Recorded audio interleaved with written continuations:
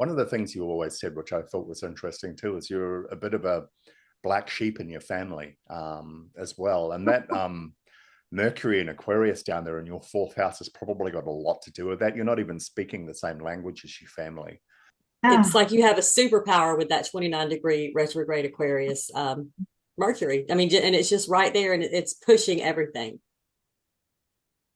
There's Okay. Sandra, there was something I wanted to ask you because you and I are going through the North Node in Pisces. Now it's going to hit my South Node, so I'm having a reversal, a nodal reversal. Yeah. And you had yours already, right? Yeah, so your it's probably perfect timing. Yeah, okay. Yeah. I think this brings it back to, I think, your return home will be very reliant on this grand trine and actually working this grand trine actively, because it will bring up your wounds.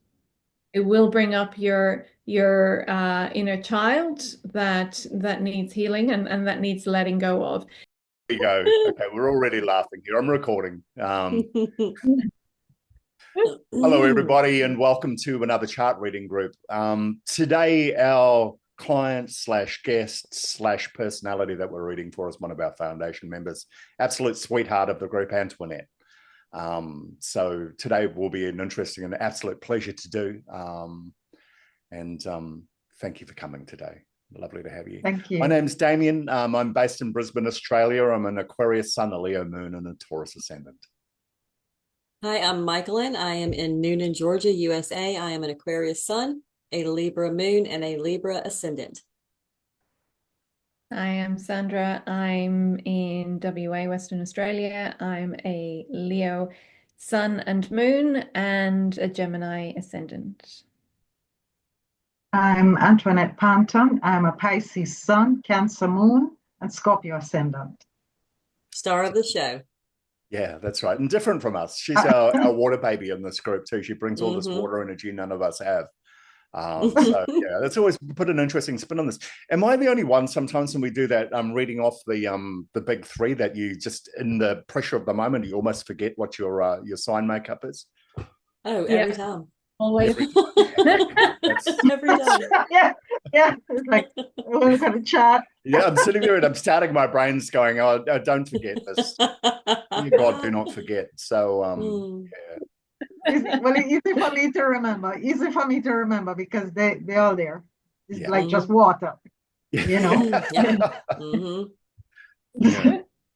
Well, let's just do what we always do. We'll do a quick breakdown. Just have a look at Antoinette's moving parts here. We've got a lot of energy in cardinal and a lot of energy in fixed, which is an interesting mix, and a little bit of mutable energy in there. So everything seems to be running on rails as far as sign modalities go. In terms of elements, we have a healthy balance of fire. We're quite low on earth. We're extremely low on air. And we've got tons and tons of water, which has always been one of the reasons I think your insights in our chart reading groups have always been so important. I think you've always touched in areas and regions that the rest of us don't tend to swim in. Now, house modalities, we've got 4 in cardinal, we've got 4 in fixed, and in the house modalities is where all the mutable energy tends to balance out. We've got 9 points here. So across the board, there's a reasonably steady sort of spread of energy there. We see the biggest difference in terms of elements. And now your chart is a splay type chart. And I think that that massive cluster of grand trines right in the middle is sort of testimony to that, sort of points off to, the way that your chart sort of laid out there. So that's just a little bit, like I said, about how your chart weighs up, in terms of modalities and elements and things like that too. What's jumping out to anybody? Has anybody noticed anything when we were looking at this chart that they thought would be a good place to start, or should we just do what we always do and just sort of start digging away? I noticed that you had quite a lot of retrograde energy in the chart. So, this is, which is interesting because there's quite a few, there's quite a lot of activity in the more outer places of the chart. And so that's sort of what I read throughout everything, was this inner outer dynamic, as above, so below. So really having that core skill of viewing the outside world and making sense of it internally, and going from one to the other, and seeing the patterns and the threads that run through all of the from the inner to the outer and the outer to the inner, which I think is a huge part of your gift in this lifetime. I think that might explain a lot of that intuition that we keep running into in the groups too. Yeah, you've got this deep inner knowledge, I think, that you draw on. Sometimes some of the things you've said have just come out of nowhere. You know, I would not have seen them coming, but I'm fire air, so yeah. And you've got a very, like Sandra said, just following up on that, a lot of your gifts are internal. You know, they're from an intuitive place. And the thing I like about it too is you're able to express what you find intuitively and find anchors for it on the chart. I meet people with a lot of water energy in their charts, and they seem to come almost exclusively from intuition. And it's not always something that you're seeing on the chart or something that they can explain. It's their own feelings. And as a person who needs facts and knowledge and data and stuff like that, that's never really gelled well with me. But you've got a really healthy balance between those two. You're incredibly knowledgeable, but you're able to come at something from an intuitive point of view and find those points on the chart that resonate with what your feelings and your intuition are telling you. So yeah, I completely agree with what Sandra's saying. And what you said there just is totally wrapped up in her Virgo Pisces axis, and then the Mercury in Aquarius that's hanging on to that stellium there as well. So it's, it's literally all of it's there. Yeah.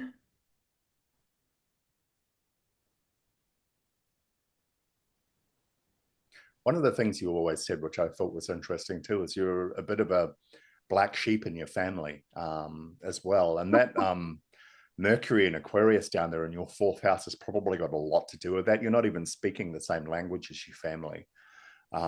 So you know what I mean? And it's just not something that's really hitting home with that, which is interesting. And it's so close to your Chiron. That's within the orb of that too. So that's an interesting little placement down there.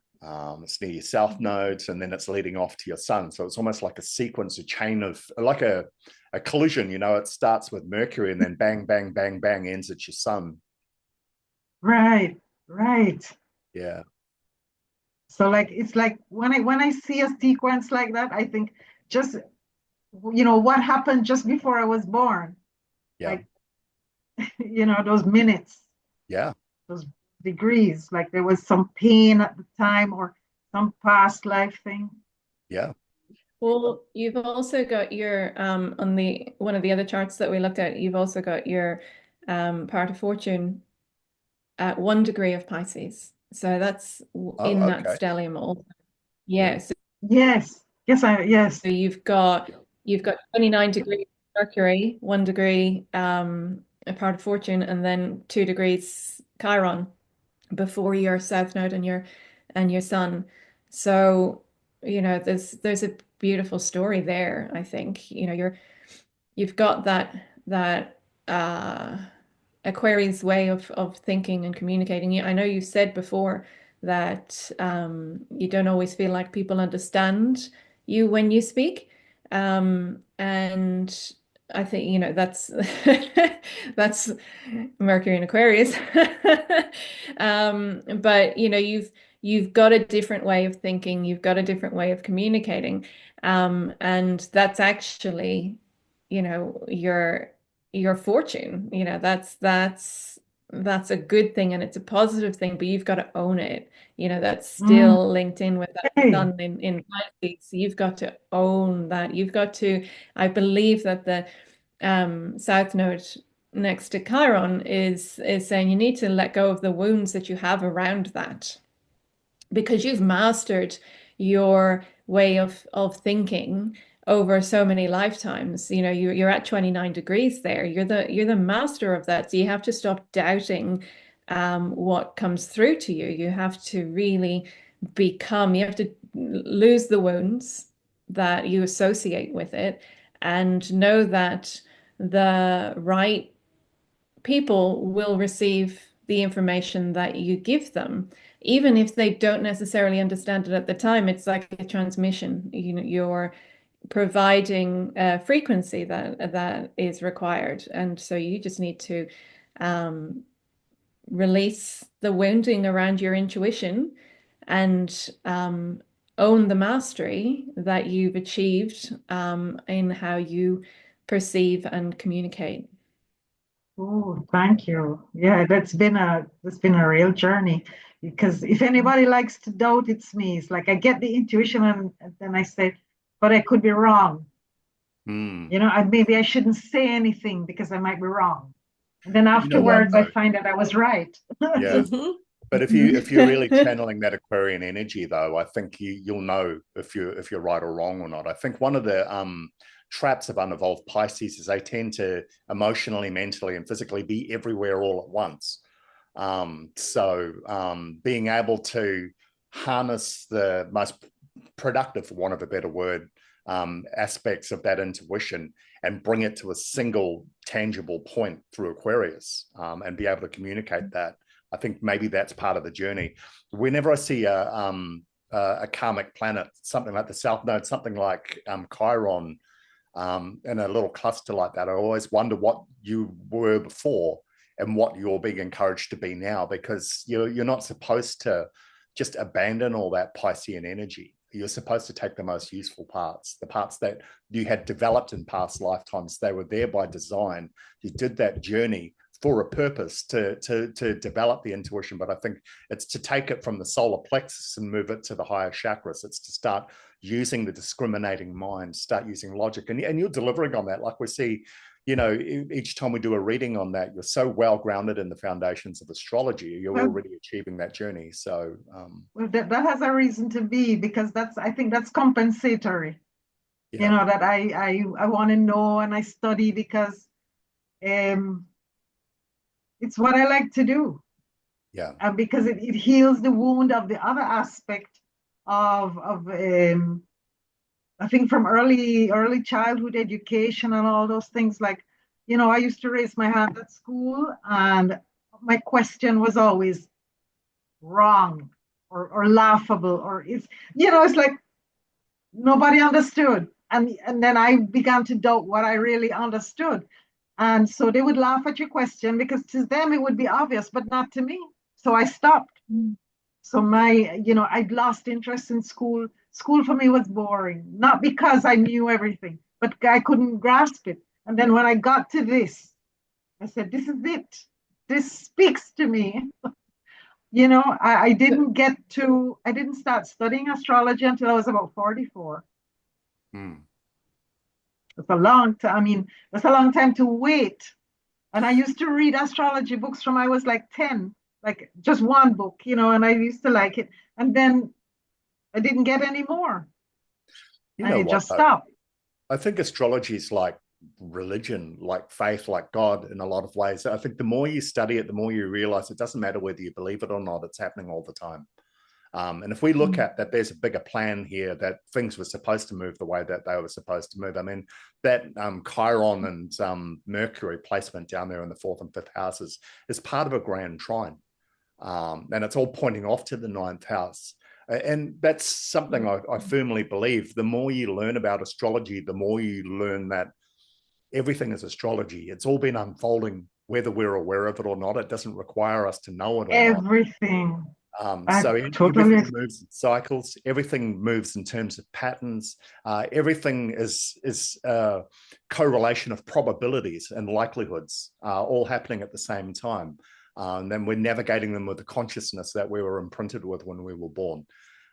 So when you say that you didn't come to astrology till you were 44, even again too, that's like moving through all that Piscean into intuitive stuff and bringing it to an Aquarian point, a single point, and manifesting that single point and building on that too. And then your energy's moved up. For me, when I look at this in a lot of ways, I look at the esotericists talk about it a lot, moving the energy from the lower chakras up to the higher chakras.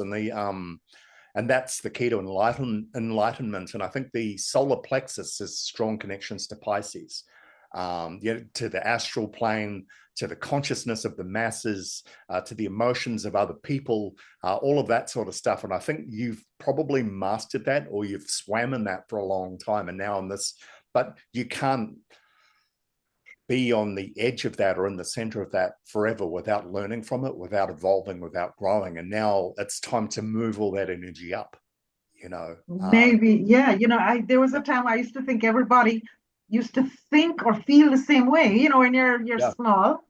Isn't that amazing too? And that's such a trap. And you to believe that everybody thinks the same way that you do. And it's especially a trap for clever people.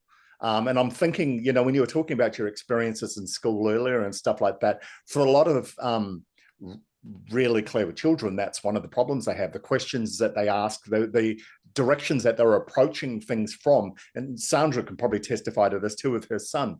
They don't ask orthodox questions. They're not trying to solve orthodox problems. You know, they're seeing the same question, problem, challenge 3, 4, 5 levels above the masses.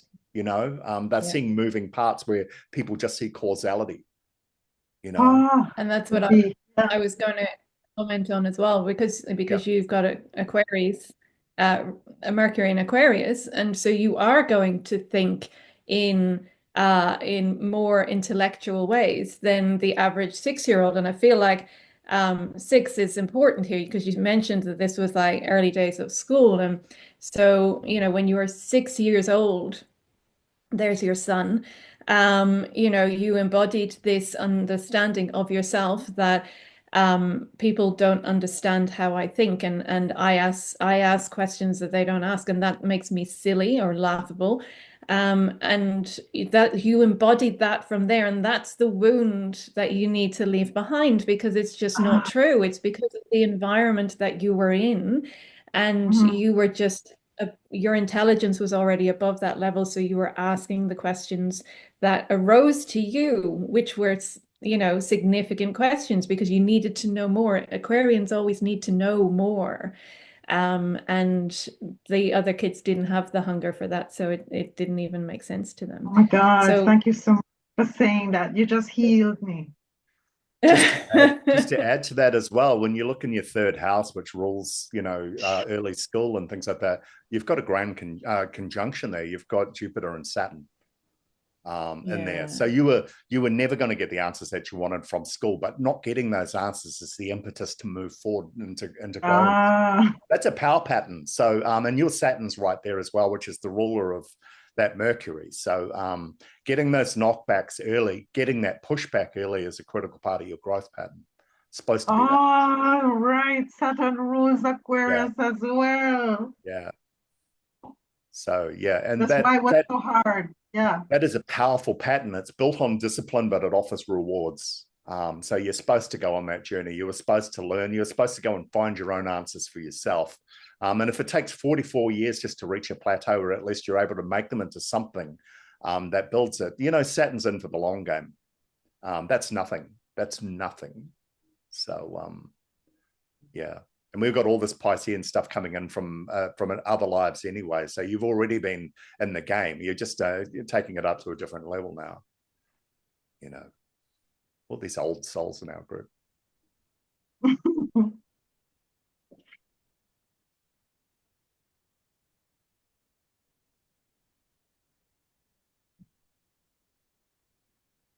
Antoinette, as I said to you before, I was intrigued by the fact that you had the Pluto conjunct North Node, because we share that. And Antoinette had already recommended this book to me, which is Evolutionary Astrology. So before the original recording, literally like 3 days before the original recording, before Michaelin had announced that it was Antoinette that we were doing the chart for, Yeah. I had picked up this book. I hadn't read it for a few months, and I just picked it up, flicked through it, and went, "Oh, Pluto conjunct North Node. Oh, I've got that. I must read that bit." And so I started reading it, and then the next day, the chart came up, and I looked at it. I was like, "Oh, okay." Oh my God, that's Um, magical. so I just want to read what it says, just a couple of lines about it. It says, when Pluto conjuncts the North Node, it always symbolizes that the individual has been working to transform the area described by Pluto conjunct North Node within the last few lifetimes. So here we're again working with this past life reference that we've already talked about, and is you're meant to continue in that direction. So, the significance of the 11th house and Virgo here, and Damien's already talked about that, grounding it in and bringing, rather than being scattered, finding the detail in it, and your Mercury in Aquarius helping you in, supporting that momentum as Find the well. detail in all that information. Yeah. And the result is evolutionary transformation and metamorphosis. But what also was interesting, then it said if the South Node, if there's a planet conjunct the South Node, then the specific nature of the planet, the house, and the sign locality it is in will act as a conflicting force that to some degree block the individual's ability to fulfill the evolutionary intention reflected in Pluto's conjunction with the North Node. And basically, you need to face that on head on to move forward. So this childhood story that you've been carrying is what is blocking this Pluto North Node moving forward, in because you've got it all there. We've experienced it. Those, when you hone into certain sections of the chart and you just come up, you give us this insight that none of us would have got ourselves. We never would have even seen it. And you're there, you see the detail, and you see the minor detail, and you see the bigger picture of it as well. It's that inner outer world capacity that you have. And then you doubt yourself because you come back to this story of, but people won't understand what I'm talking about. Of the wound. That blocks you. And you're there for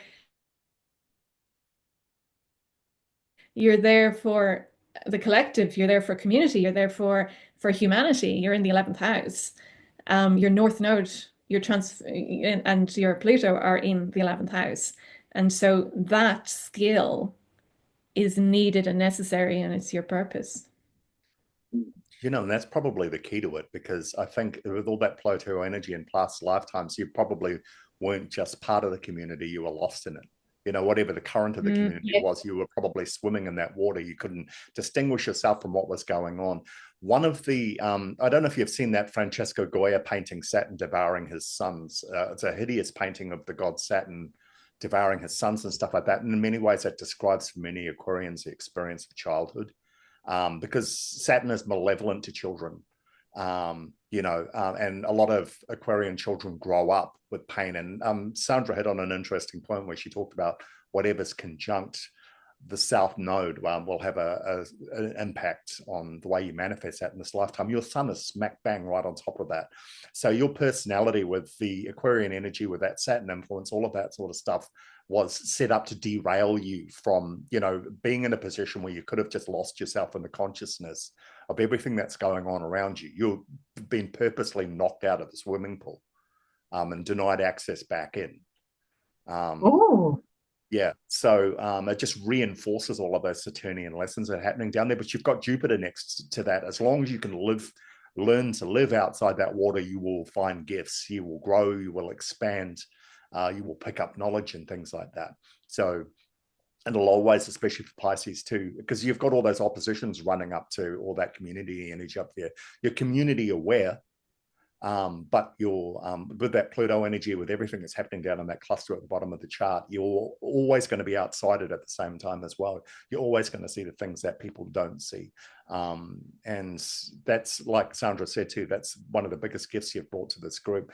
As fire signs, as air signs, we tend to start from the problem and move to the solution. You seem to see the solution and then find a way to link it back to the problem. And I think that's always been one of the big things you've brought. Okay. And I remember the first couple of times that you came to the group, even I would hang up at the end. I think, gee, that Antoinette is exhausting. How did, you know, and I mean that in a positive way, but at the same time too, man, some of the journeys you took, you know, I like to think I'm mentally agile, but I could not keep up with where you were coming from. But it's funny, you know, Damien, because I can look at somebody else's chart, but if I look at my chart, I will forever be questioning. I will, when I look at my chart, I'm forever questioning if what I'm seeing is really what it is, well, that's or if Chiron, I'm trying to fool Chiron myself. could heal anybody else but himself. That's Chiron? Yeah. Heal anybody else but himself. You know, so you're dependent on others. So there's your link to your community and the people around you. They'll sound back and they'll tell you what you're finding at the stuff. But whatever you're saying to them, probably until you find the right people, it's not going to make a whole lot of sense anyway. You know? But I think, you know, because you've got your Pluto and North Node conjunct there, this lifetime is about mastery. And so, you know, the reason that it has been step by step and one step forward, two steps back this whole time is because it's mastery. You know, you've already got the 29 degrees Mercury there. You've already achieved mastery with regards to how your mind operates and how you communicate. It's just the mastery is now bringing it out into the world, is releasing your doubt, but you know, mastery takes work, and so it's layers and layers of coming back to doubt and facing it and embracing it and allowing it to be part of you and then moving forward. And moving forward anyway, feel the fear and do it anyway. You know, that's mastery is not easy, but it's rewarding. So yeah. It's hard work. I didn't mean to stop you, Sandra, but I just wanted to add that when you're on that journey of mastery, you do it alone. You can't learn from people who don't know what you know. They've got nothing to teach you. You know what I mean? And that journey of mastery is it's a lonely journey in that regard. You've got to have the will to drive that. And you've got this abundance of cardinal energy in your chart. So you've been provided with that and fixed. You know how to hold your ground. In a lot of ways for me, sorry? Go ahead. I was just going to say it's the journey of the Antakarana. It's the building of the rainbow bridge between the emotions and the minds. That's what I see.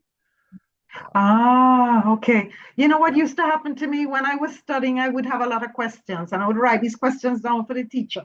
And when I come to class with a few of the questions, he would say to me that it's the prerogative of the astrologer to decide if 29 degrees is an accumulation or if it's supposed to be let go, and what the 0 degrees. And he would tell all of us, composition, go write about it.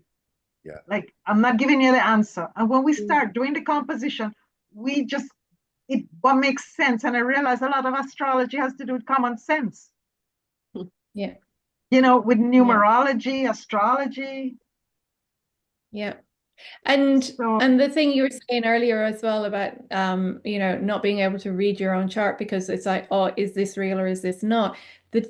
I think in a lot of ways it is real, but there's always various different interpretations of every single bit, and you will get different interpretations depending on what is going on in your life at that time. So, you know, it's like, yeah, that does make total sense. Okay, that's where I'm at right now.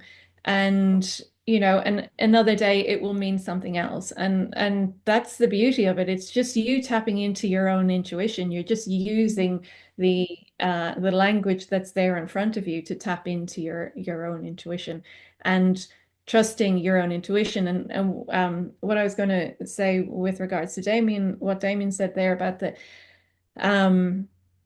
being by yourself, that it can be a lonely situation, but I really feel like the loneliness is potentially coming from the Chiron South Node aspect of accepting yourself. It's coming from the holding yourself back with the stories that you're telling yourself. Whereas when you fully embrace the fact that you do think differently, that you do see the world from a broader perspective than other people do, and you just own that aspect of yourself, that you are deeply intuitive and that you can learn how to trust that intuition. When you're owning, the more and more you own that, I feel like the more and more you're going to take that aspect of your whole being into the world. And so rather than moving into the world trying not to be who you are and that feeling lonely, you move into the world fully owning who you are, and your people will find you. Okay. And I wondered if that doubting that I had was from the Neptune in the first house, because it's the rule of the South Node. So, and since it's in trine, like trine is not always good in that sense, because it's easy for me to doubt myself. It's easy for me to get the intuition, and then it's like, yes. But thank you. Now that I realize that it's the Chiron what it is. Not just that, it's everything going on there. But Pisces doesn't really have real, anchor. Deep Pisces doesn't really have true and false. Everything just is what it is. So in a way, that doubt for you is a gift. Raw Pisces doesn't have doubt. They just take everything. Okay. You just got to figure out what to do with that doubt, how you're going to live with it, because it's a gift for you, really, by design. You know what I mean? So if we look at that cluster of 4 planets, the sun down there is the intuition and the Mercury's the doubt. Those two go together. And those two things in between there, are the filter between the doubt and the intuition. You know what I mean? Chiron and the South Node. So, and then Chiron is making a trine to Mars. Both of them are at 2 degrees. Yeah, and that Mars is the chart ruler. Mars is not happy in Cancer, but then that means that you're not supposed to just charge your head with whatever your instincts tell you. It's a stripped down version of Mars, so that there's enough volition there for you to move. But it will still tie you back to your intuition as your guide. There's the moon there in Cancer.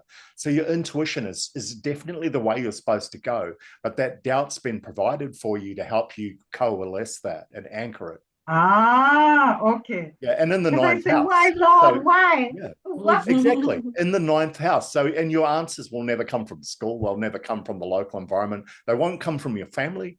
They won't come things like that. You got to go find them. And because like Sandra said, you got to go find your people, and your people will find you. Nothing that you're looking for is in your environment. Environment is designed that way. It's that way by design, so that you'll never settle in that regard. Okay. But that's funny, because now I'm very fond of Chiron. Like I have incorporated Chiron into, like, I have a special way of, like, if I'll say to you, let's just look at Chiron in the chart, and Chiron will take me around the entire chart. Isn't it like one of those? And so we just deal with Chiron, because I feel so like I've embraced my Chiron now, so I'm ready to help other people to deal with their Chiron. So this is really helping me. So because I thought, if I know I can go up to my North Node and Pluto is there telling me, but then the rule of the North Node brings me back to the pain. It's like I need to incorporate the Chiron. It's like I need to do the North Node with the Chiron. That's what I felt, and then you need to own your Chiron. That's how you help people through theirs, is you own yours. You have to your Chiron has to be your best friend, and it's right there with your sun. It's you're letting go of holding back you're letting go of denying your Chiron, of denying yourself, because your Chiron is a part of who you are. And so you integrate him so that you can move forward to your North Node and your Pluto. Okay, with the Chiron, right. And you have the Mercury at 29 degrees pushing the Chiron and pushing everything around. And it's at the Mercury in Aquarius being retrograde. I feel like us that were born under Mercury retrograde have kind of like a little superpower, because when Mercury is retrograde, it doesn't really affect us the same way. We kind of thrive under that energy. So the 29-degree retrograde Mercury right next to that Chiron gives you the ability to express yourself. You know what I mean? And you can communicate at a deeper level, because it's the Aquarius. So it's like you have a superpower with that 29-degree retrograde Aquarius Mercury. I mean, and it's just right there, and it's pushing everything. Right. I never, when I look at my chart, it's fine, but now I'm looking at it from your eyes. So it looks different. Yeah. It's really that Mercury as the ruler Yes, of that the Mercury. It's pushing and everything being fast. Yeah, and it's at that 29, which is the critical degree, as we know, is the anaretic degree. It's right before it goes into the next sign. So it's like you're a master of communication. That's what it looks like to me. And it's the ruler of your North Node. Oh yeah, and don't forget that. that validates it even more, right? You know, because and Pluto, before it pushes Chiron, is the ruler of your chart ruler. So yeah, it's Pluto. You're right. The path of yeah. So you're supposed to have community roots, but you're not supposed to be lost in the community. You're supposed to go deeper. Yeah. You're seeing things that are happening underneath there, and you're trying to develop the language to talk about it. And I like that what Michaelin said about that retrograde Mercury is a superpower. You're Aquaman in this group if we're the Justice League. So yes, for real, definitely. That's a great yes, she's our water. Yeah. Yes, Pluto is the chart. The Pluto is the chart ruler, because it is, because your first house is Scorpio. So that makes Pluto the chart ruler. I mentioned earlier that I was looking at the different decans, and the with Neptune in that, I guess that's the second decan. It's ruled by Mars. So that gives further that makes me look into your Mars a little more, because it has more, and a lot, like I was saying earlier, there's a lot of Mars energy in this chart anyway, because Mars is sitting right up there next to that moon, and you were born at night, so you are more intuitive because you got a night chart. So because a lot of times when people are born at night, I was also born at night, we relate more to the moon qualities. You know what I mean? And that Mars sitting right there, you're very intuitive, you're deep spiritual, because the ninth house, as we know, is the house of spirituality. I mean, and our charts are very similar, Antoinette, because I'm a 25-degree Libra rising, so my ninth house is also in Cancer, right. And my 10th house is in Leo, so we're very, very close. So looking at your chart, I can kind of compare it to my chart, but that Mars up there in the ninth house sitting so close to that moon is another superpower for you, because Mars is that warrior energy. It's that drive. It's that fire. It's that, and when I think about Mars, I think of the archetype, and he's got like a armor on, and he's ready for battle. You know what I mean? Yeah. And he's right there next to the moon. So the moon is more like the dreamy, emotional, loving energy, and being in Cancer, as we know, which is a very nurturing energy. Mars kind of keeps you from getting pulled under the water. Does that make sense? Okay, yeah, so the Mars, that fire and that Mars kind of keeps you from being drug under by all of the energy that you absorb from all of the people around you, because all the water energy, you're definitely an empath. I think we can all agree on that, right? Sure. So I think that Mars helps kind of keep your head above water. Yeah, for sure. I think it's giving you. It's also interesting what you're saying, Michael, when you gave the image of Mars being all having his armor on ready for battle, and obviously Cancer also wears its armor, but it's from a protection perspective. So it's almost like there's It also speaks to the inner conflict again for me. It's, you know, your armor is there for you're trying to protect yourself, and that is creating the inner conflict. So stop protecting yourself and start owning yourself, and then that Mars drive can be born, rather than it constantly giving its energy to this internal conflict that's happening. Yeah, I'm losing and it getting now. washed away. Yeah, yeah. You want the It's Mars getting you washed want the away. right. You want the fire Yeah. energy to be able to overpower the energy of where you're being washed away. Yes. Yeah. Yep. Own it, girl. It's the moon as well, you know, it's the intuitive moon. And again, it's taking action from your intuition, you know, taking intuitive action. And for as long as you keep trying to protect yourself and go into this inner conflict, that is it right, is it wrong, then that action is not able to be, you know, you're not able to take that action. And so everything here tells you to trust your intuition and take action. Oh my God. Yes. And the North Node sitting next to Pluto, like Sandra said, that's another indication that you need to trust your intuition because, like we pointed out earlier, the Pluto is the chart ruler sitting right next to that North Node. I mean, it's just screaming, you know, trust your intuition. It is right there. Your chart ruler next to your North Node. Everything is everything in the chart is saying trust my intuition. It's like yes, it's like God said, listen, I'm going to give you this sun in Pisces. Yeah. And then we're gonna put stuff in water so that we can train you so that you can trust. But yeah, the Mars is like protecting myself. Yes, but he gave you that Scorpio energy so that you would still have that mysterious kind of you know, not like, so it's not, because I hate to say that a lot of people that have a lot of water sometimes can come over as a pushover, but Scorpio water energy is different, as we know. You know what I mean? Yeah, you have the I Scorpio water energy. and then I just So you're so you've got a good balance. You've got the Scorpio, which keeps you kind of like a badass, and then you've got like the Pisces, and then you've got the Cancer, and that all it's all water, but it's, you know, it kind of balances you out to where you're very intuitive, and then you have the Mars up there keeping you from being too mushy, if that makes sense. Yes, because then we'd be underwater. We'd be crying all the time, wouldn't we?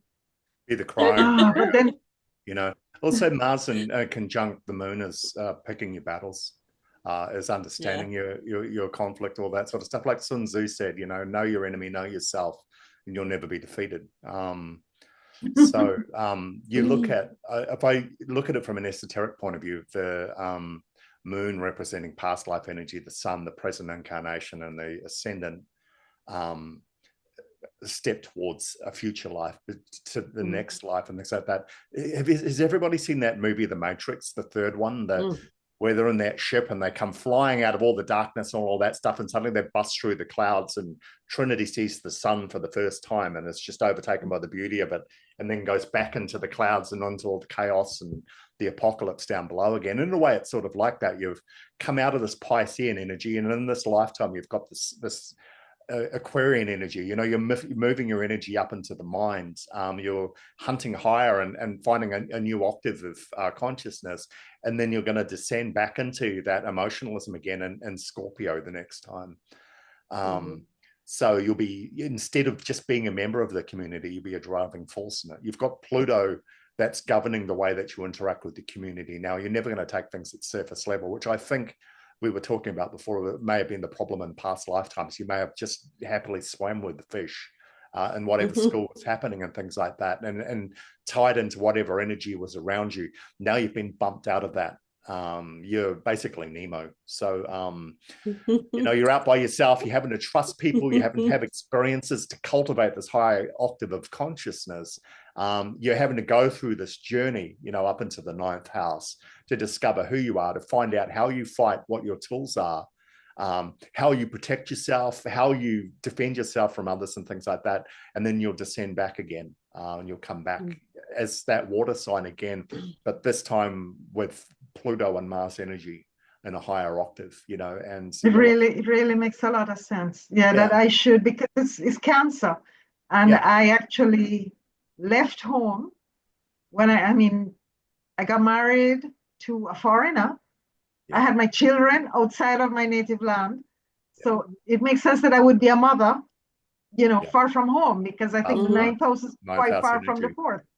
Yeah. Right. And you and had then to learn Mars, how to fight for yourself. I have 3 boys. Yeah. Had to learn to fight for yourself and fight for who you are and all of that sort of stuff, not get sucked into the astral solar plexus energy of what's going on around you. You know, you have to not just accept that you have been separated from everybody else, but to actually stand in the power of that, you know. Yeah. Doesn't mean you. And also, I think, go ahead. No, you go. Just when you were talking about the Mars moon there as well, it occurred to me that there is an importance in taking action that nurtures your needs as well.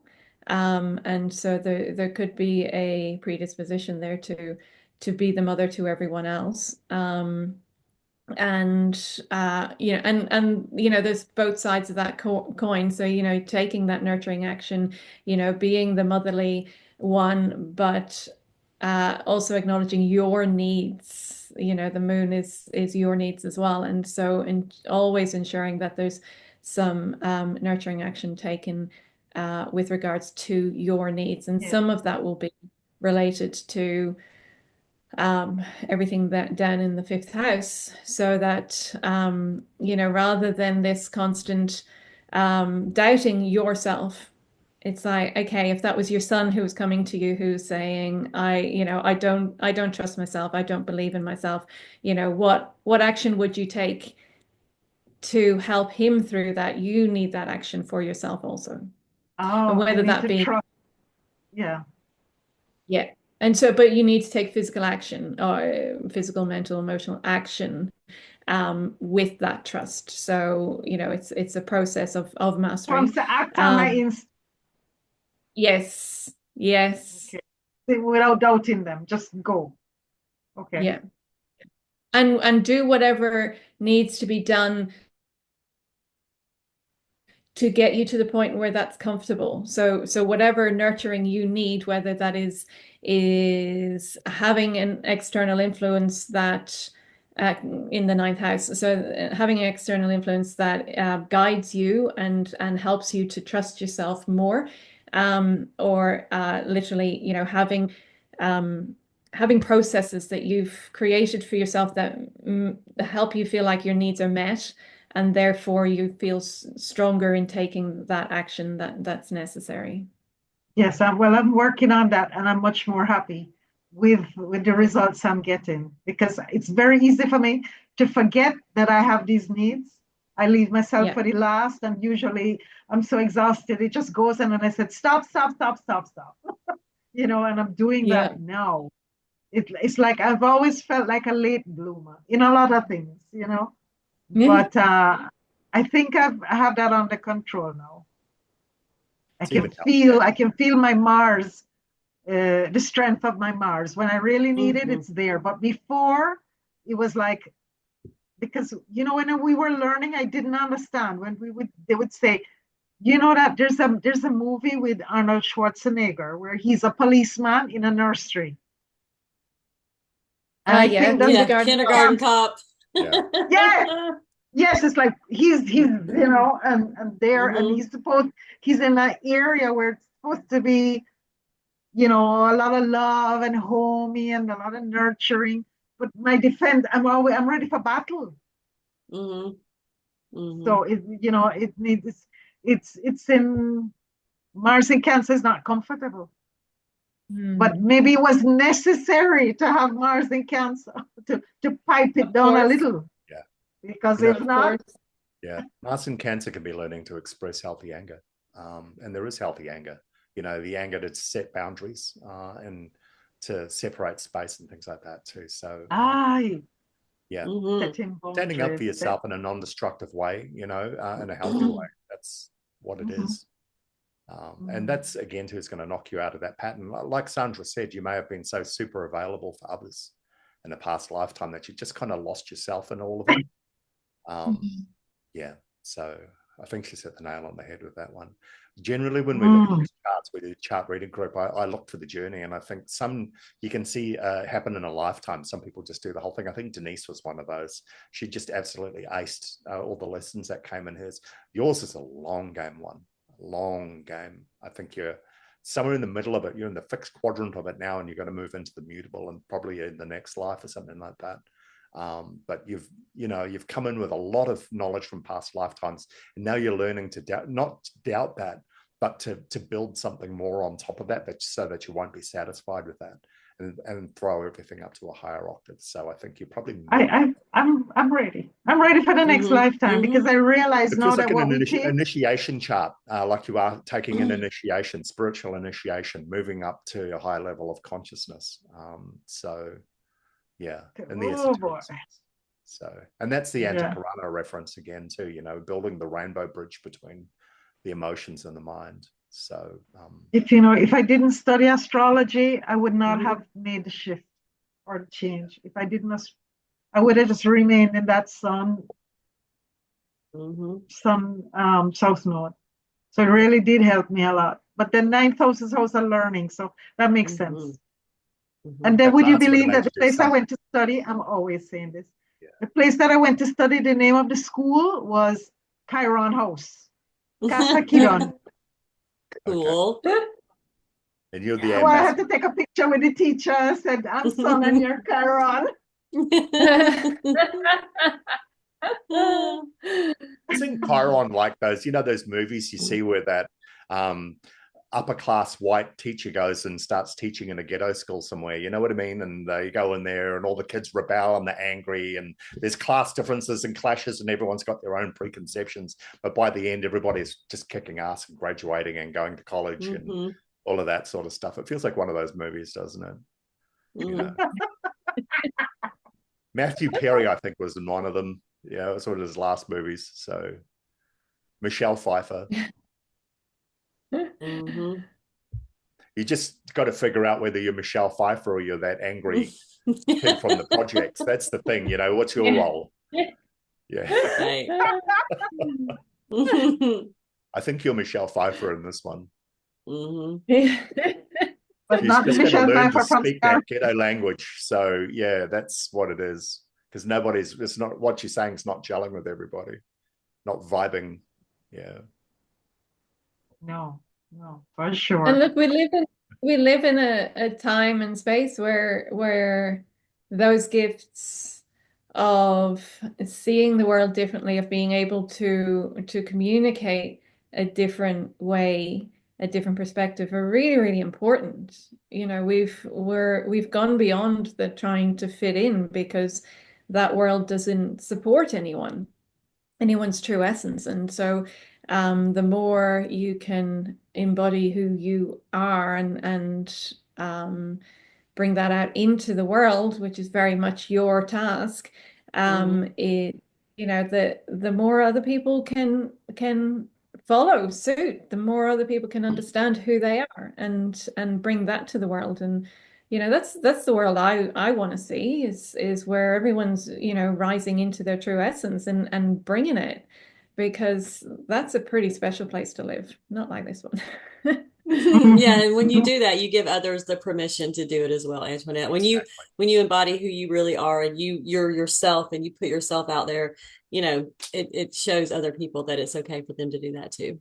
And that's what we're all doing every time that we do this. We get on here and we come together and we do these meetings. We're showing everybody that it's okay. You can put yourself out there. It's okay to be seen. And when you say the things that you say on our chart readings, we're just like, wow. We're not like, we're like, you see it differently than we do, but like in an amazing way. It's not like, it is true that you think differently. But we learn from that. Every time you bring it to a chart reading, we all learn from it. And so it's important. Yes. Agreed. Because I'm just keep going. Keep going. One day they'll understand. Yep. That's right. And that's exactly right. The people who need to understand will understand. I read the Celestian Prophecy like when I was 20 or something.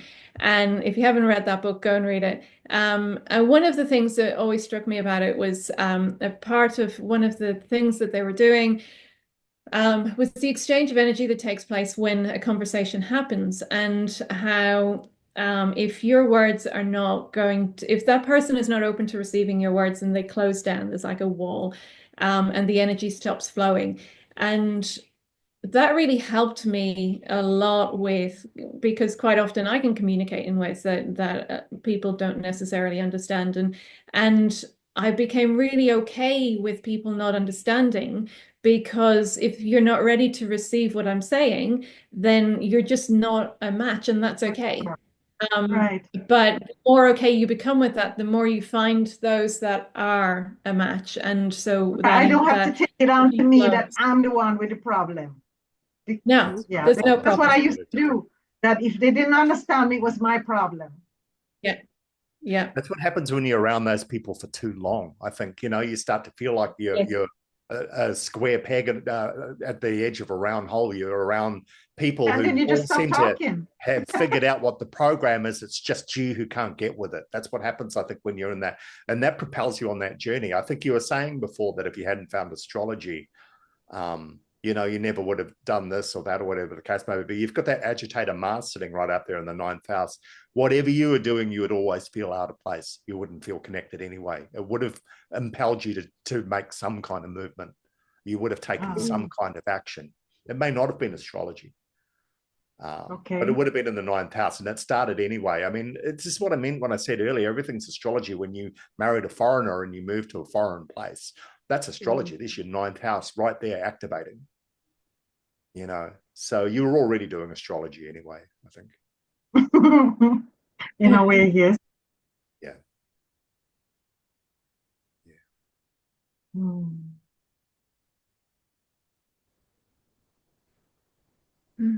And just to bring it into conversation, because we haven't touched on it yet, we've got that Uranus up there in the 10th house in Leo anyway. Sometimes you are so leonine, you're almost like royalty when you're sitting here in the camera, and you're in your element. And we're talking astrology, I think. So it's definitely you're in the right career space for that. Yeah, you know what I'm talking about, people. You see her hair's all out, and she's tossing her head and all of this sort of stuff, and it's very regal. It's very Leo. I said, thank goodness. I said, thank goodness. It is where you want it.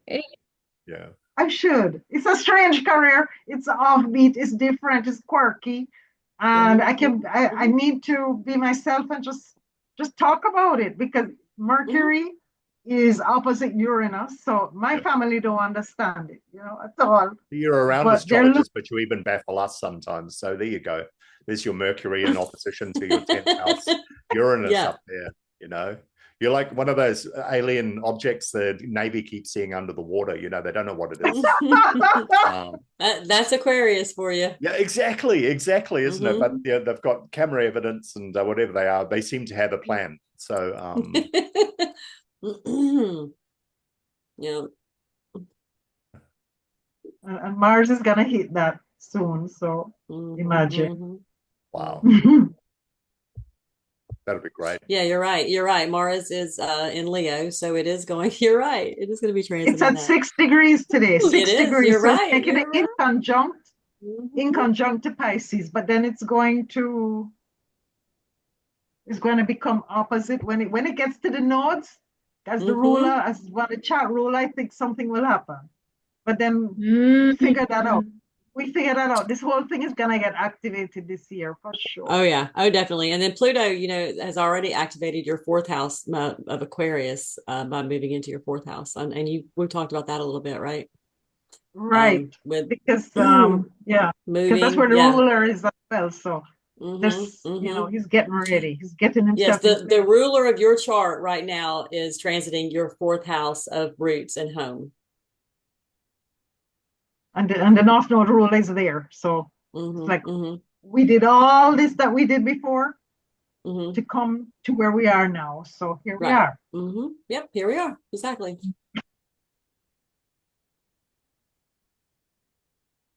Saturn's in Pisces right now too, right? What is Saturn? So Saturn It's in would Pisces technically be transiting 20. your fifth house as well, which is your Chiron. Where would you just, yeah, okay. Saturn's close to the end of Pisces, correct? Yeah. Right. Okay. He's going All into right. Aries and everything is in Mm-hmm. Aries. I'm going to have a Venus return. Yes, yes, you are. Look at that. I have a question.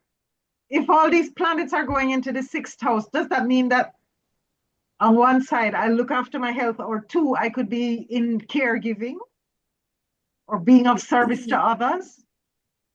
Would it mean that? Because that's where Being I'm of heading. service to others. Mm-hmm. Yes, I can see it activating. Like we just talked about, Venus going into Aries and Saturn going into Aries, Neptune going into Aries. It is a full activation of your sixth house. Mine as well. Yeah. Obviously, you need to. That does tell us, or I feel like it does tell me to pay attention to my health. I'm being hyper vigilant when it comes to making sure that I keep my doctor's appointments and take my medication and all that, exercise and everything. Because my sixth house is Aries too, but I'm also, having to look at daily routines and how to balance work life and all that good stuff. And like we talked about earlier with Pluto activating your fourth house and then everything else going into your sixth house, that's giving off caregiver vibes to me. Because your fourth house is your roots. You're getting back to your roots, to where you came from, and it's activating that. And Pluto is kind of, we all know Pluto is the planet of transformation. So it's a transformation. It's like a new chapter, kind of. It's like Pluto is coming home. Pluto is home. Yeah, exactly. That's perfect. And now I have to go home. It's too much, Yeah. And that's exactly that's a perfect way to look at it, Antoinette. It is like Pluto is going home, and that is the fourth house is your home and your roots and where you came from. Yeah. So And I that's think that you're on. You've got your Mercury as part of the stellium, leading into your fifth house, and so your home is significant. It's significant to all of this future transformation, and because it's sitting in that cluster that's leading up to your North Node and your Pluto, and so I don't because I know that the question was about moving home to look after your mum, and I personally, I don't believe that there's an answer that I could give that would, because you can see it from all different perspectives, right? And so all that really matters is your intuition on the subject. But I always feel like whatever move we make it for a particular reason, and quite often there's a whole other thing to unfold from it that we have no idea about.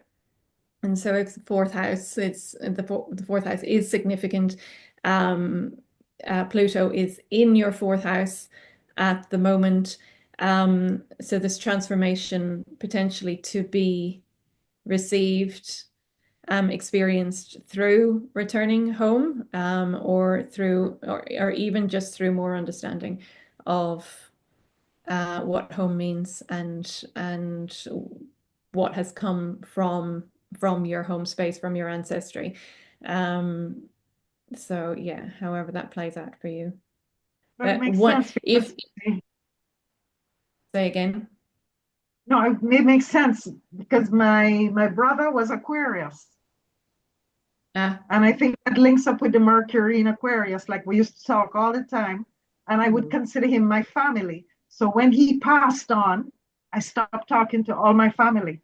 I did. So I'm going to go back now. I'm not going to talk to anybody, or if they don't want to talk to me, that's okay. But it's the right thing to do. So you're returning to your roots. I made a note about this and I wanted to say it. So you're returning. It's time for you to return to your roots, not to relive your past, but to reclaim it and bless it. Thank you. Oh, and heal. I'm going to Yes. heal a lot of Yes. stuff. Well, you're going back you're going when you go back, you're going back you're not going back as the same person that you were when you left. You're going back. It's like you're taking on the role of, you're graduating to the next. You're becoming an elder. I don't know how else to say that, but you're stepping into that role that your mother was in, and now it's your turn to step into that role. Yeah. I'm going to So calculate how long. Yeah, I've been living outside of my home for 36 years. Wow. It's a long time. It's a long time. I missed the part where you said that you were going back home to look after your mother, but that was my instinct when you said that Pluto was moving in there. My other thought was when you said that Pluto coming home, when those words come out, I was wondering, well, where is home for you? Because your story began with you talking about living home and then leaving home. That was a significant step in your journey and stuff like that. And maybe about Pluto coming home right now is taking that transformative journey and finding out what and where home is for you.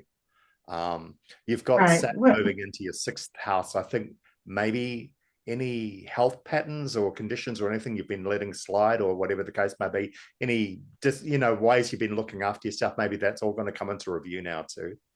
Well, today I started a detox. To account for that. Yeah. So you know what I mean? I'm terrible for letting things slide. So a pattern like that always worries me.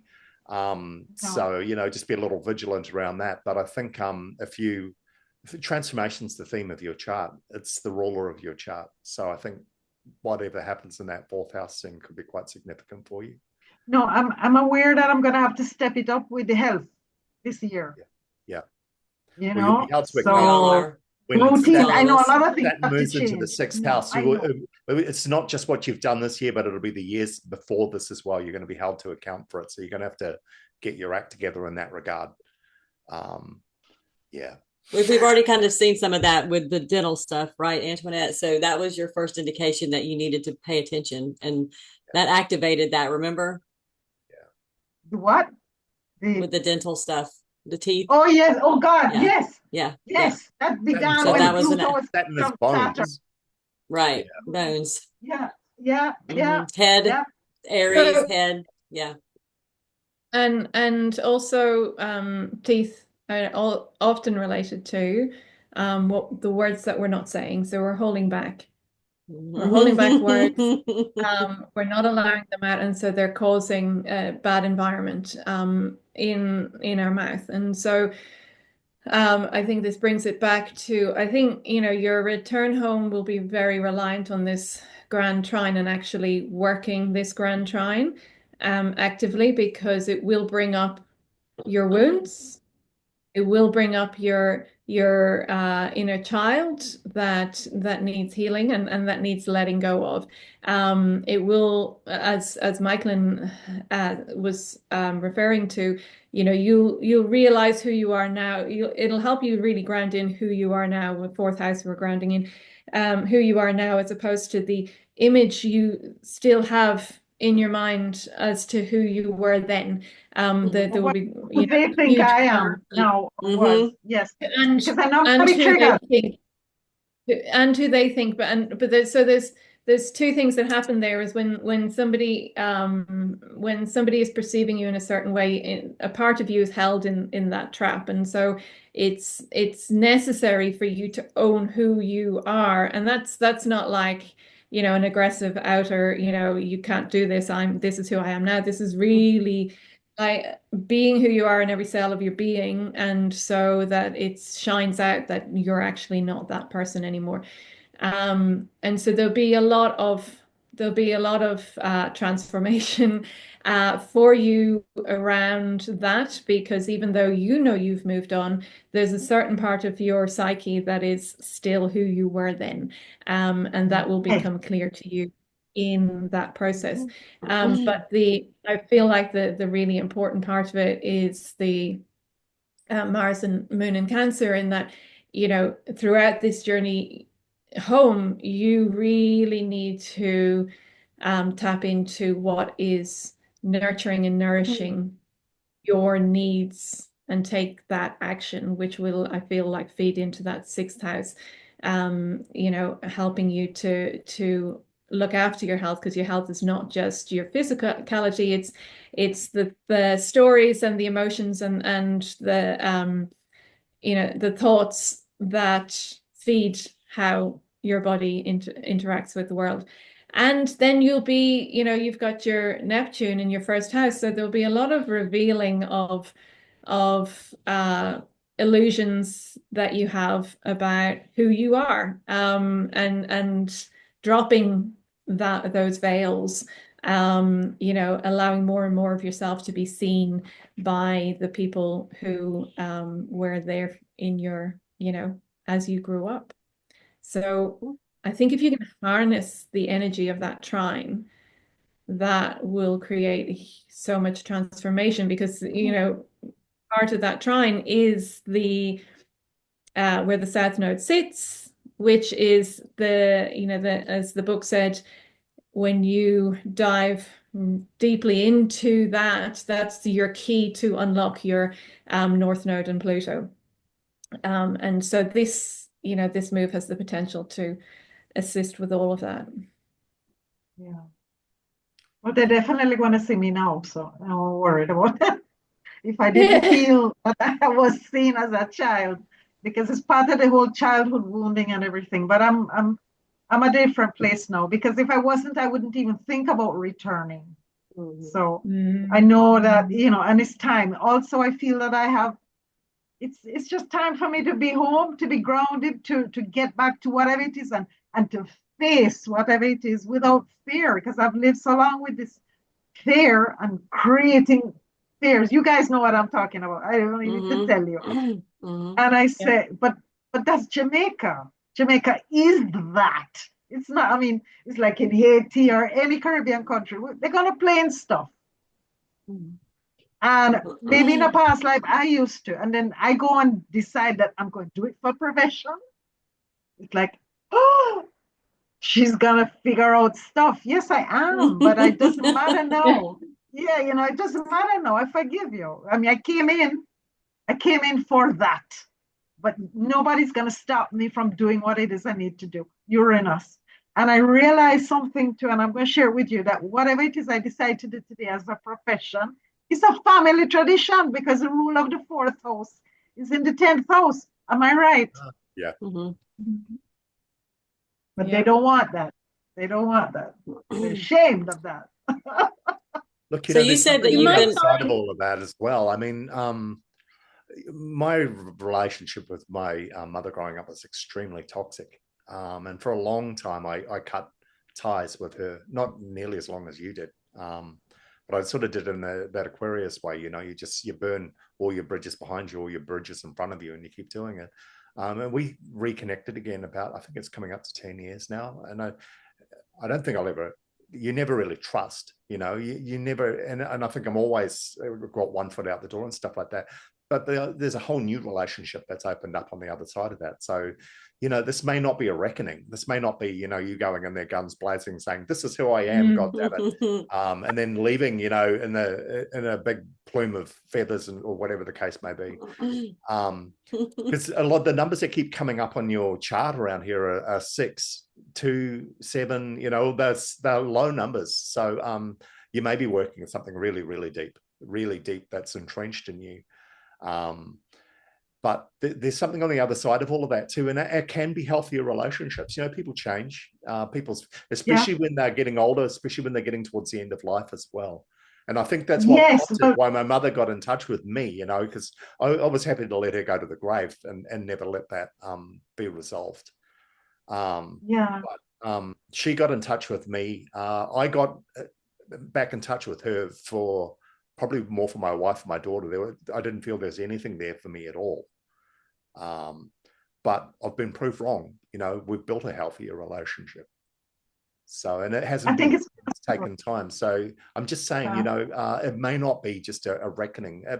there may be a beginning as well. Pluto is transformation. It's endings, but it's also beginnings. It's that transition. Well, that's definitely. I'm hoping for that. That is going to whatever has to happen, but it's going to be peaceful because I have a son living there.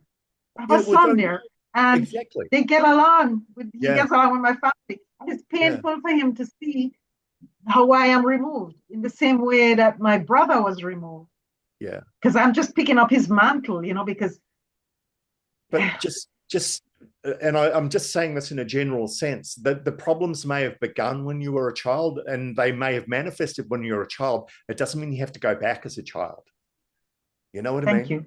So because it used to be that when I went, I was always, no matter how old I am, automatically I get the sink chance. into that wounding, and that wounding takes you back to that consciousness in that moment and all of that sort of stuff. So you don't have to come back. But no, all the circumstances are different now. I'm going to have to be taking charge now. And all the evidence says you can not only survive everything that happened, you can thrive and you can prosper and you can live independently and gloriously, and you can be surrounded by fantastic people and you can have wonderful experiences and all of that. Oh, lovely! Well, I'm looking forward to that. Yeah. So don't go back as a child. No. Okay. Yeah. That's hard. It sounds easy when I say it, but I remember when I was sitting in that cafe with my mother, having to not seen her for 15 years and listening to her talk about, how she's feeling her age and all of this. And I'm just thinking then, where's the part where I give a shit about this? And a lot of it, no, I don't mean that in a horrible way. For me, I can totally relate while I was giggling. I was older than 6, when a lot of that happened, but I was still had all that anger, and I think, well, how are you going to deal with my anger? How are you going to deal with my wounding and all of that sort of stuff? Nothing you're saying is making my struggle inside me any easier and stuff like that. But it didn't have to be that way, it didn't have to be that way. And if I had understood then that we would have actually had more time and we would have made progress together, I wouldn't have been so bothered, and I wouldn't have been so triggered probably. So in that moment, what I'm saying is I regressed back to who I was. Inner child is who I blame that on, right? So, and I didn't, Yep. Sometimes we're all guilty of that. It's so counterintuitive to a child, but a child doesn't have all the experiences that a fully grown woman like you has. You've got other stuff to draw on. So, Anyway. There's Sandra. There was something I wanted to ask you because you and I are going through the North Node in Pisces. Now it's going to hit my South Node, so I'm having a nodal reversal. Yeah. And you had yours already, right? Yeah. So your it's probably perfect timing. Okay. Yeah. I'm not going to lie. I found it very hard. I found it like a very hugely challenging, but also massively enlightening at the same time. Not always in equal doses, but very much grateful for the experience, and came out the other side relieved of so much that I didn't know that I was carrying. Oh, goodness. Okay, because I calculate that I'm going to have it more or less in February next year. Because I'm early degree. So, I get ready for that. Yeah. It's, it is definitely challenging. But you're ahead of the game. I didn't know, it was like through a process of information of going, what the hell is going on here? And then, discovering what's happening on the chart. But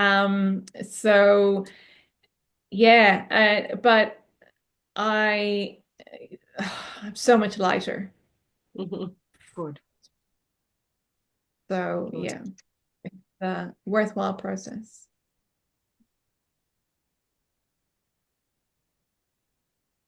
Well, I'm glad in a way, because it's hard being far from home in a place where every weekend used to be at the beach. And now I'm in winter, and I've missed so much, you know. And although I'm not going home to have a good time, I still have the sun in the fifth house. But So you know how you it's said that hard to have a good time. you'd been away from Yeah. home for 30. Did you say you've been away from home for 36 years? Yes. And out So of that those 36, 5 of them were in Canada. So call it 41. okay. I spent Okay. 5 years in Canada and 36 years now in this neck of the woods because I left home at 19. So that means Mm-hmm. that it's 41 years outside in total, outside of, you know, so I'm going home like I'll be a foreigner in a certain way, Mm-hmm. Mm-hmm. going back home because everything is new and I will be new to them as well. But I'm really not worried about the them part because I know what I'm going to do when I go back. I'm going to do the same thing I'm doing now, but Well, I was asking without that I was looking at the nine energy. So 6 and 3, break down to nine. And then we've got the ninth house, and then we've got your moon and your Mars, 7, 8, 9. So that's nine. And this is a 9 year. So that's a lot of nine. And so that was just jumping out at me in the Mm, numerology. Nine is the number of completion, like pregnancy is 9 months. Well, what comes next is 10. So maybe this is all that nine energy, maybe is kind of like a nudge, to go ahead and and complete this, the process. Yes, yes, full circle, full circle. yeah, You're going back, the hand that raised you, you're going back to give a hand to. Does that make sense? yes, I don't know. It's it kind of makes a corny, lot but of you know what I sense. And mean. you know why? I do understand it. And because Pluto represents the um, judgment. Is it Pluto the ninth planet too? No, It is, no. isn't it? I mean Pluto, the tarot card, Oh, judgment. oh, yeah, yeah, yeah, yeah. You're right. Judgment. Ooh, you're right. And so Yes, I it's didn't like even consider. it's what Sandra was saying, like, you know, the transformation.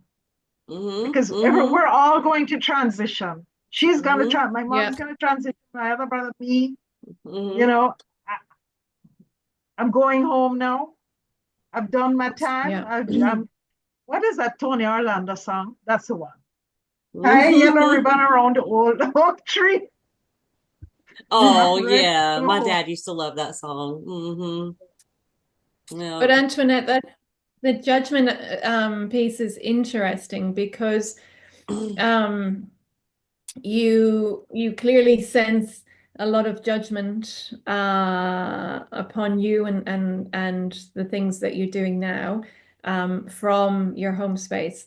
But I think also it will bring you on a journey of understanding the judgments made by a small child based Mhm. on the sphere of information she had available to her and not really understanding the bigger picture of life at the time.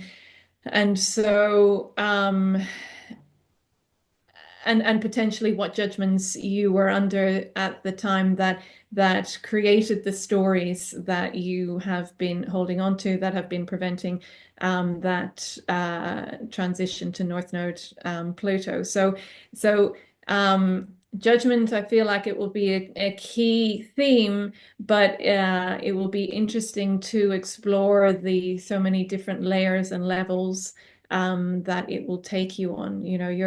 You're fully equipped to go deep and wide, so you can understand so much more. I So am. There's a lot of symbols that I'm actually putting together now.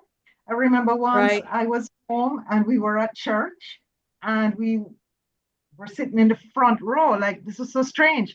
And then all of a sudden, the pastor, I was already working with astrology. He came up to me and he did something on my forehead. And I was very angry because I thought, why? You know, like, and then I watched a series last night on Netflix called The Discovery of Witches. And her parents did that to her to block her third eye so she would Mhm. forget and she wouldn't know. And I said, something just, it just happened to me. And the same series, something else. She said, where is she? She's in the castle with the seven towers. And I'm a number 7. And I went quickly and I said, the 7 towers. And I went to my Marseille tarot deck. The Ace of Cups is a cup with 7 towers on top. You know it? Yeah. So it's like, everything is just like, oh my God, I'm getting signs and synchronicities. And I remember that clearly. And I was so angry. I got up in the middle of the church and I left and went outside. All the congregation was looking at me. I said, yeah, she didn't want me to do any of this that I'm doing. So the Aquarius, the Mercury in Aquarius, would be responsible for that. It's like, you don't do anything to me without fully explaining to me what you're doing first. And so that's, regardless of what the meaning of that was. I mean, me growing up in a Catholic church, on Ash Wednesday, we would get the ashes put as a cross on our forehead. So, you know, I don't know if it was in related to that, or they singled you out and did a thing. Maybe I was a demon. I don't know. Yeah, but in religion, in organized religion, then anything that's outside of that is considered, to some extent, demonesque. And again, so that's got nothing to do with you, and everything to do with their need to protect their belief system. But of course, as a young child, there's no capacity to comprehend that, and it's an insult to you, and obviously them putting a cross in your head is not actually going to stop you from understanding the world as you understand it. Going to confuse you, but how is that not personal? I mean, I'm just unpacking what you said. There's a whole bunch of things. If you're the only person in the church that he did that to, then yeah, that's personal. Okay. It is, and it was. But for him to actually home in on your third eye, your Ashna center, and target that straight away implies there's a degree of knowledge about that. It may not be about the church at all. You know what I mean? For him to pick you out as a witch out of all the people, he's actually right. So you know what I mean? So kudos to him for that. But to have such a targeted and specific response to that one upstart sitting there in the church, he knows what he's doing. He knows who he's doing it to, and he knows how he's going to try and deal with it. So, and look at the journey that's propelled you on. There's your Neptune in the first house right there, and your scorpionic rage that sort of exploded from that. My God. Man, you can still feel how visceral that moment was for you when you're talking about it now. So, yeah. When I say it's not personal, I mean, in retrospect, it's all about him and his sense of power and control, and the fact that obviously he's targeting her, but it's not, as a child, you take it on as I'm wrong, and that's not actually what was happening there. What was happening there was him feeling the need to, for whatever reason, to control who you were.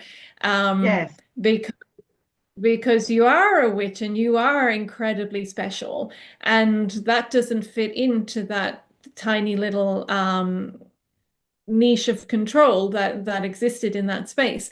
So you are bigger than that space, and that's, whereas you probably felt smaller in that moment. The truth was the opposite. So that's what I'm trying to get at, as in it's personal, not actually an issue with you, it's an issue with him. Right. But as a child, you wouldn't have understood that.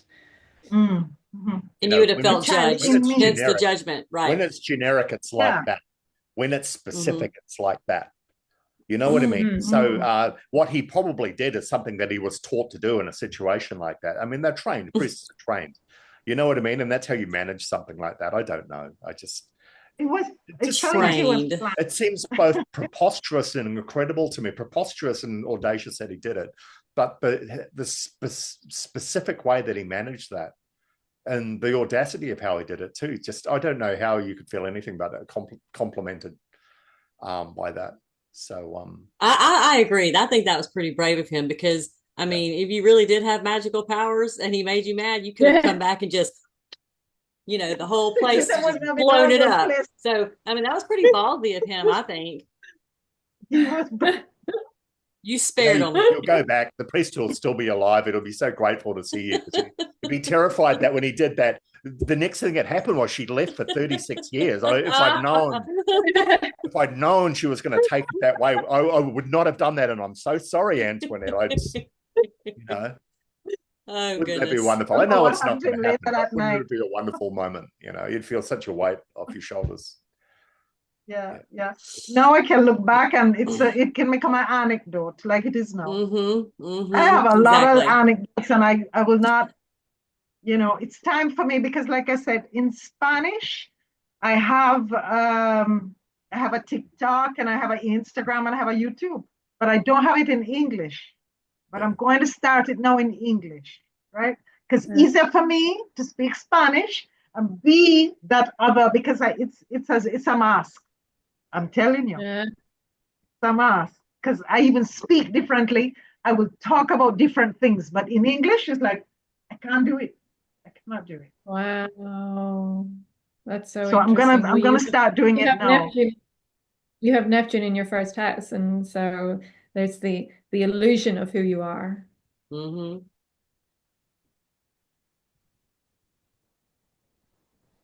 Which was a way for you to protect yourself, like you just said, by not showing people exactly who you were because you feel judged, obviously. So leave them with the illusion of who you are. Also, what Damien was saying earlier about understanding that people change, especially when they get older. But the whole of humanity has changed, on a rapid rate over the last few years, and so there's so much. I don't know what Jamaica is like. I don't know what the particular area that you come from is like, and how much it may have evolved or changed since the time that you've been there. But I think generally, there's not one person I've met recently that is the same person that they were 5, 6, 10 years ago. No. The collective consciousness has changed dramatically. It's so, when I started out doing reflexology in 2009, and I felt my crown chakra just like burst wide open. I had nobody around me to explain. I had no idea what was happening. I just felt like I wanted to put a hat on, like, because I was living in London and getting on the tube and surrounded by everybody else's energy. And I was like, I just need a hat to go on my head because this feels really weird. And nobody around me could explain to me what was happening or give me any language around it. And now I'm just surrounded by people all the time who understand vastly more of what exists in the world than ever has done before. So I think our level of consciousness has just skyrocketed. For sure. I think I will be brand new. That will be brand new to them, and they'll be brand new to me. And I should also lose the judgment. Yeah, there's a part of you that hasn't grown and all of that, and it'll get an opportunity to. Be interesting. Yeah, it's going to be fascinating. Just trusting in yourself. I mean, I'm not like you. I don't have that intuition and stuff like that, but I do trust evidence, and I've got enough evidence in my life to know I'm not who I was then, and that I've grown a lot, and that that evidence is incontrovertible. There's no way past that. So I can choose to be that if I want. I often don't, but it's always an option. Yeah. But what shocked me was my before I was adamant that I wouldn't go, and then in 24 hours I took the decision, and I haven't gone back. I just know it's the right thing to do. I have to do it, and it's time. Yeah. It's time is now. Yeah. So I'm gonna do it soon. Like I'm already checking flights and prices, moving companies just for my stuff, because I ain't going nowhere without my books, and it's gonna be a couple of bucks. I'm not going anywhere without my stuff. So okay. Well, keep us It's posted. Oh, exciting. thank you so Keep much. sounding in on the group. Let us know how you're going. Okay. Emergency sesh, let us know.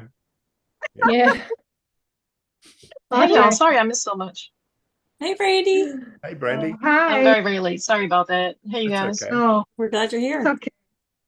It's okay. We were told that you'd be late, so it's Yeah, all we knew right. you were coming. So thanks for coming. Thanks Y'all for might have coming. y'all might have touched on this already, but like what the conversation was making me think about was the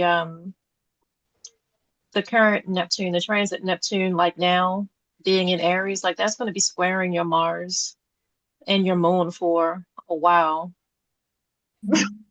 And to me, like that seems That. like you're gonna need to like really pay attention to like your boundaries while you're trying to help your family, like make sure you're taking care of yourself For and like real. try to like not be like so susceptible to like everything. Just like try to like protect your boundaries. Peace. For real. Thanks. Because Yeah, my protect your my peace. son said to me, we want to look after our mental health as well. Mm-hmm. I don't want you to Hmm. overdo it, and Yeah. because then that wouldn't be good for you. Then we'd have everybody tired, everybody sick. No. Thank Yeah, you. no Mhm. good. No, and yes, with the Mars and the Moon, I Mhm. never saw that, Brandy. So thank you. For real. Hmm. You can do that too with overvigilance as well. You can be overly concerned with threats and things like that that may not be there. So I guess it's finding a healthy balance, and that can be mentally and emotionally exhausting too. Expecting trouble that may not manifest. And I'm not undermining anything you say, Brandy. You're absolutely right. But there's a multitude of ways we can exhaust ourselves. So that could be a way to do it too. So yeah. Yeah, because I had Chiron on top of my Venus for more than 6 months Yeah.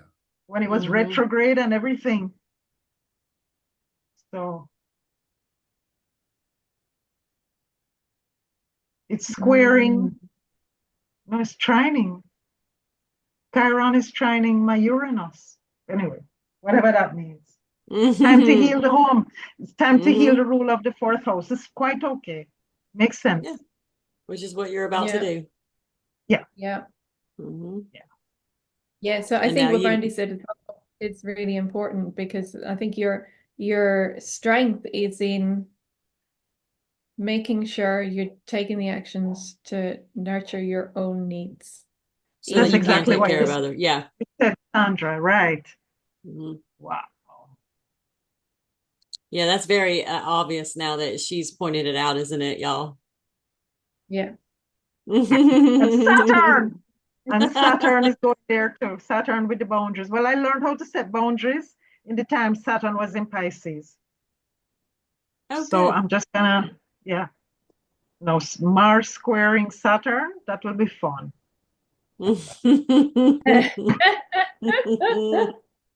But again, you just keep remembering that, your whole chart leads to this mastery and transformation and metamorphosis with your North Node Pluto. And so it's a chart of mastery. And so each of these things is your next step. It's like, it's like contractions. Each contraction is one less that you have to take in order to get to the birth process. And so this is what you're doing. And so if you can embrace it like that and go, well, I have the map that I need. I know that I need to make my needs a priority in this situation. And so do whatever that means, then the rest of it flows. And, whatever comes up, it's coming up for a reason. And I work with it, ensuring that my needs are met. And then we're on to the next thing. Mm-hmm. And that 9 energy goes to what Sandra just said, which is that birthing energy as well. That 9 Yeah. numerology. Yeah. It's just lessons. Now I'm on to the Mm-hmm. next set of lessons. Bring them on. But also the 9 energy is the ending, right? And so whatever, it's using that South Node, releasing, because none of this is what I'm taking forward. None of the angst, none of the anger, none of the wounding. I'm not taking this forward. Yeah. Duty to let Leaving go. all that behind. Right. Yep. That's a good point. That's a good way to Ooh, look at it. what Yeah. a relief. Oh, that makes sense. Thank you so much. Yes, yes. Oh, Lord. You feel better?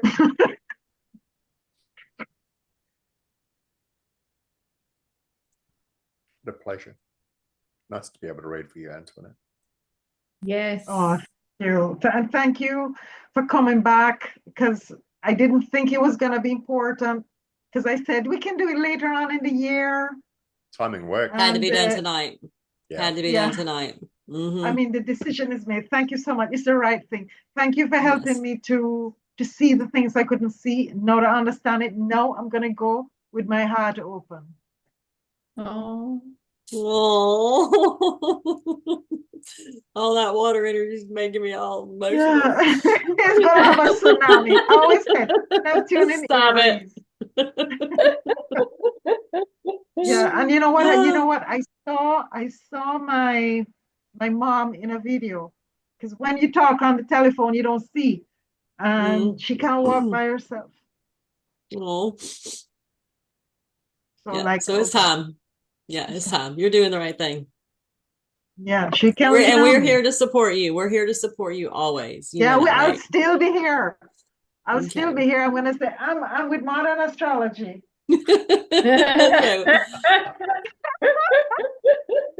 We're your family too. Yep. Yeah, and I'll send pictures. So, thank you so much. Thank you. Welcome.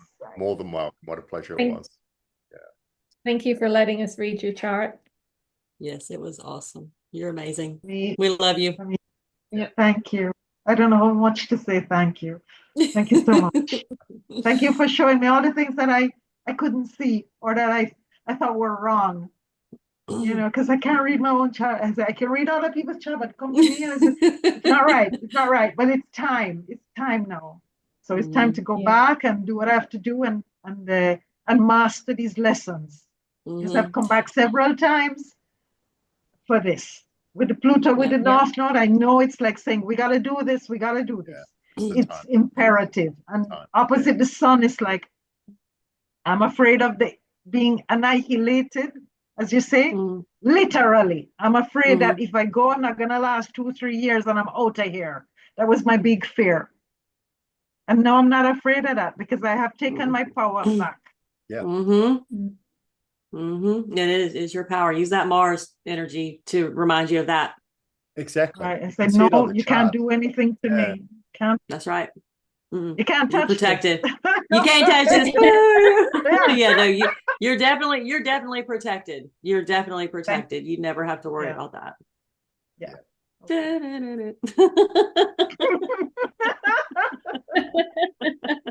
That's my theme song now. Oh, girl, I like it.